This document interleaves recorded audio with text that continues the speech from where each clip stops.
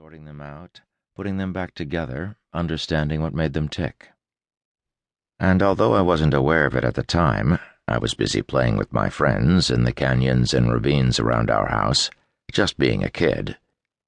I have no doubt that what my parents' lives stood for back then somehow sunk in, providing a foundation for the advocacy work that I do today.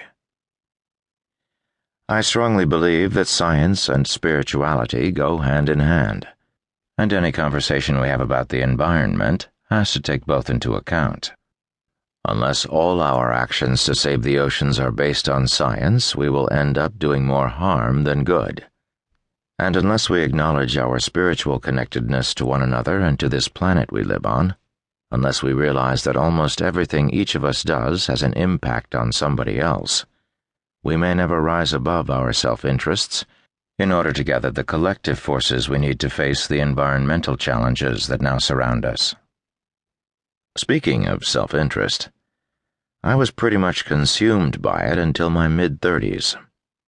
It was then, around my 4th year of playing Sam Malone on the TV show Cheers, that I noticed being a celebrity was not very different from being a 5-year-old in a room full of adults.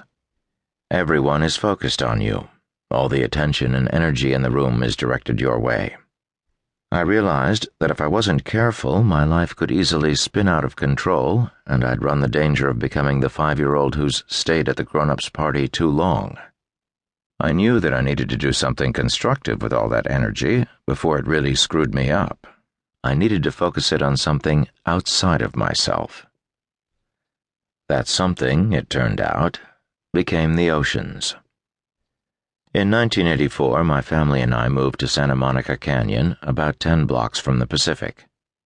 One day I was walking on the beach with my 2 young daughters, Kate and Alexis, and we came upon a sign that said, "Beach closed, water polluted."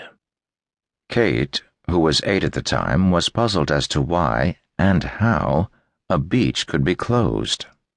Frankly, I was just as puzzled as she was. When she asked me for an answer, I didn't have one. So I began looking for them.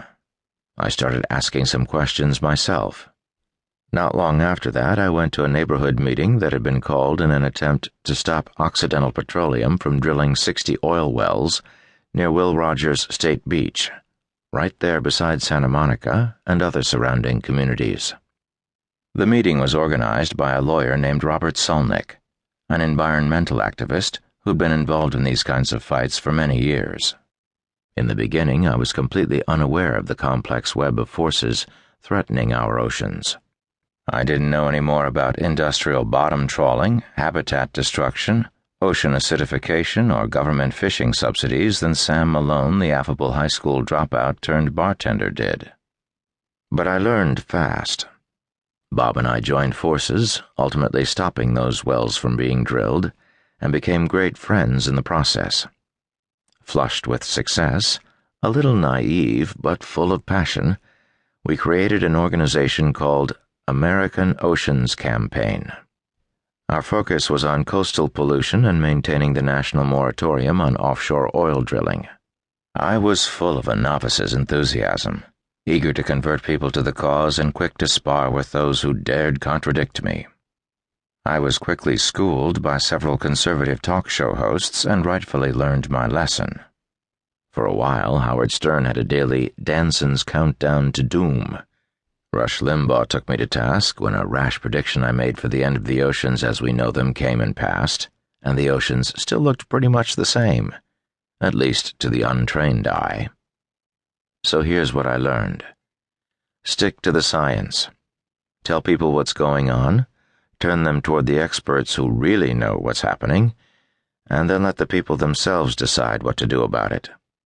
Don't make speeches just to impress the audience with how much you've learned, because there's always so much more to know, whether you're just starting out or you've been at it a while. That's why we need the experts, and we need to listen to them, because they do know. I never let myself forget how lucky I've been to be able to meet many of these experts, and to be able to help get their message out. By the way, I should say right here that I love seafood. I'm not here to tell you not to eat it. Just the opposite.